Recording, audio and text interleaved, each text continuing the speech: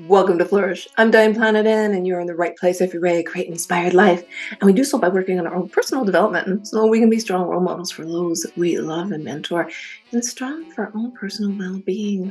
We're exercising our mental muscle as we make our way through the best-selling book on self-image. It is by Maxwell Maltz, and it is called The Magic Power of Self-Image Psychology.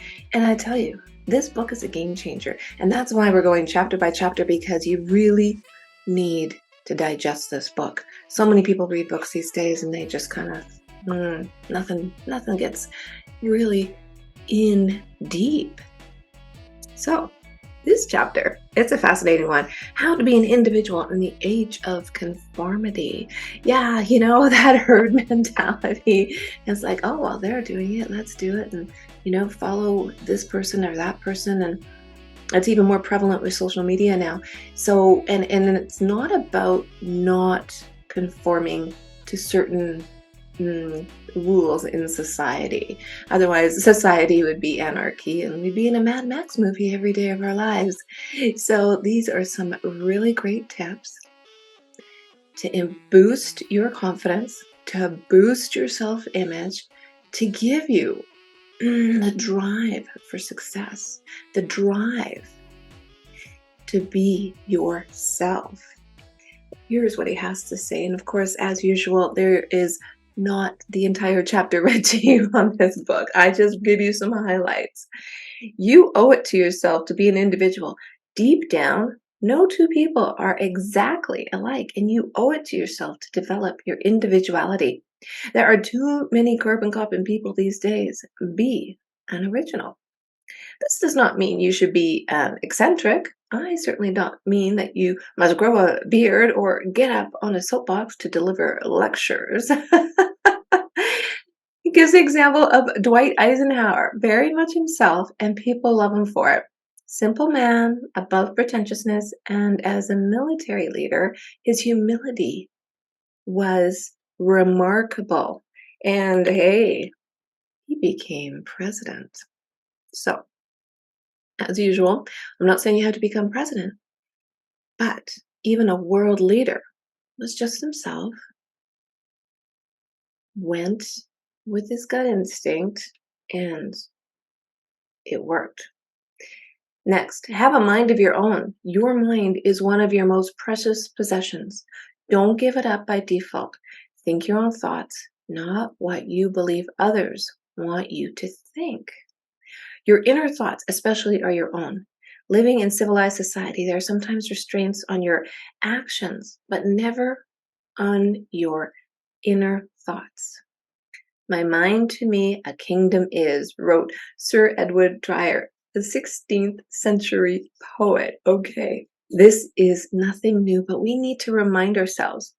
Make your mind a kingdom, not a jail. Let your thoughts be free as birds that fly in the sky. Don't censure them and criticize them and hate yourself if they don't always fall in the pocket of majority opinion as you know it.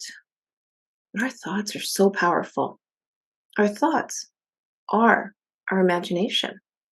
And our imagination can just run wild, either for good or for bad. And I think maybe that's why so many people in the Western world, especially now, meditate. But meditation is not to necessarily try and stop your thoughts. It's to calm your mind. That's my understanding of it. If you have something else that you think would be helpful to others, share it in the comments on the YouTube channel, because that's really helpful. And I love reading comments. I read everything, and I get I get some really great feedback. So thank you. Here we are. Learn to keep your identity in a crowd. Some people have the inner strength to feel their own individuality when alone, but give up their identity in a crowd of people. Is this you? When you express an opinion at a social gathering and someone else laughs at it, do you keep silent and slink off into a shell? If you do, digest these ideas as if they were a good meal. They will give you a different kind of energy, the power to keep your individual identity in a crowd of people. Yes, sometimes you get stuck in a crowd and you get swept up in all the activity going on. I mean, just think about going to a sporting event. The crowd goes wild when somebody scores. That's positive crowd momentum. But sometimes it can be challenging if it's not. Here are four great tips. Recognize your right to differ. This is a democracy, and we all have the right, but many people do not exercise it. Stop playing follow the leader. When you disagree with the majority, some people may criticize you, but a mature person will not inhibit himself when others frown or sell himself for a few approving smiles. Recognize your right to be different, and we're all different. So stop trying to be somebody you're not. Stop trying to be like someone else because it doesn't work. When you have a genuine personality, when you are true to your being, it's amazing. And I remember this movie called Jerry Maguire. If you ever get a chance, watch it. But Jerry made the mistake of being too true to himself and let the world know, "Mm, not in the best way." But it brought out a different side of him. It stars Tom Cruise and Renee Zellweger, and it's just brilliantly done. But I'm just giving you, a for instance. This happens to everyone. Next, number two, give yourself approval. You've got to be your best friend. You can't always count on the other people, even if he's a good fellow, because he's got his own interests to look after and inner problems may be eating at him. Only you can fully give yourself the acceptance you need and fortify yourself with the heart one must have to maintain identity in a crowd. And that is so true. You don't know what other people are going through. You don't know if they're acting that way because that's who they are, or if they have a mask on, or if they're actually going through a really difficult time and they're doing more tension relieving than goal achieving. So be careful who you decide is your mentor, who you want to emulate. We all need mentors because it's for our personal well being, right? But choose wisely.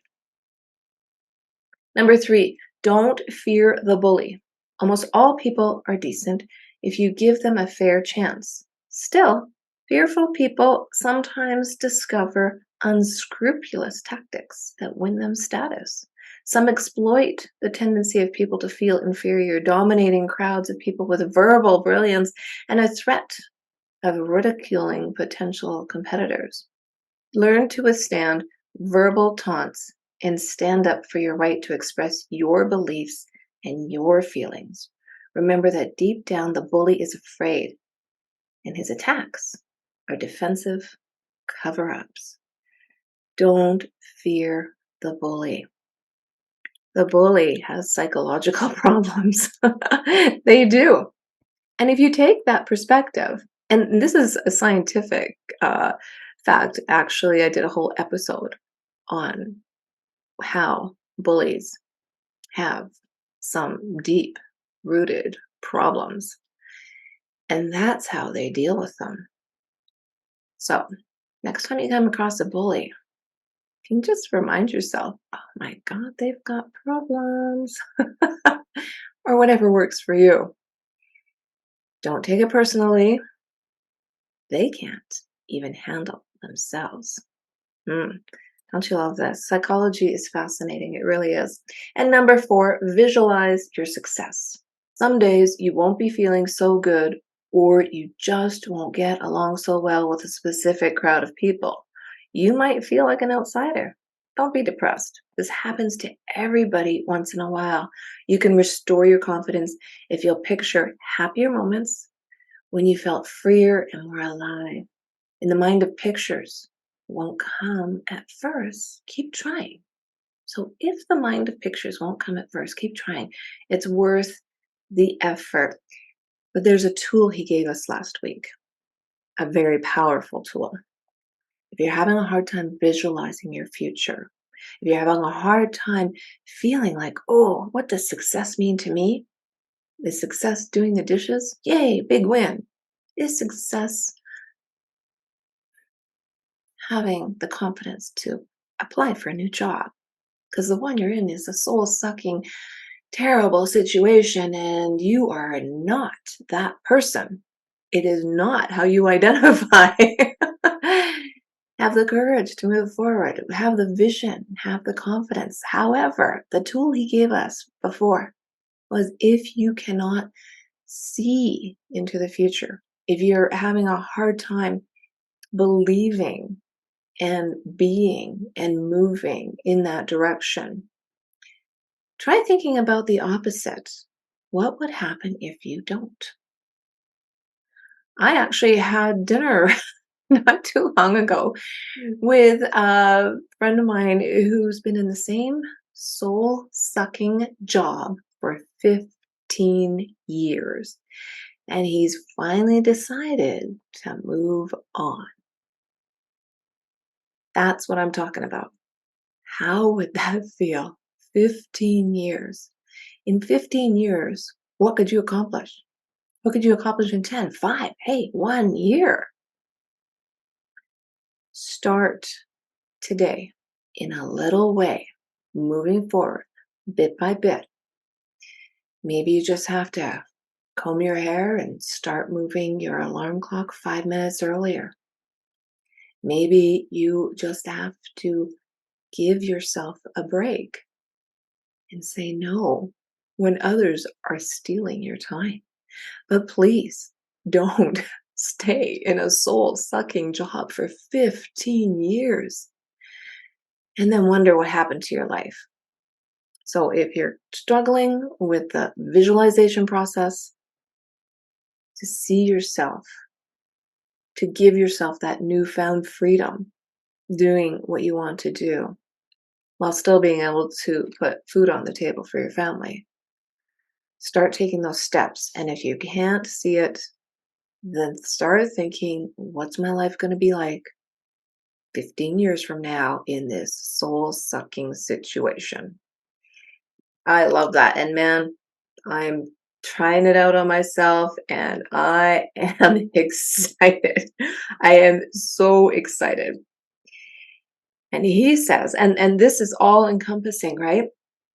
When you overconform, you know, just work in a factory for your whole life, you distort your self-image. You no longer really know who you are at all because you are always trying to please others, looking for constant approval when you don't need it, bowing and scraping to relieve your anxiety. You twist out of shape the unique qualities that make you an individual. To be happy, you must have areas in which you can express your uniqueness without fear of realistic danger. These areas exist if you don't take them away from yourself. When you find them, you'll be finding a part of yourself that will make you feel more whole. Your self-image will be more solid ground, and you will be happier. When you stop the soul-sucking conformity, herd mentality, doing what the crowd does, because my dad worked in the factory and his dad worked in the factory, so I must work in the factory. And I'm just giving you a for instance. But whatever that looks like to you, you have the power within you to let go of that and make a better life for yourself. In doing so, you will lead a more inspired life, and you'll be a better mentor and a role model for those that love and look up to you for guidance. Well, if you like the show, share it with somebody you know, and hey, add some comments, hit that subscribe button. You don't want to miss next week because I will be here for you. I'll see you then.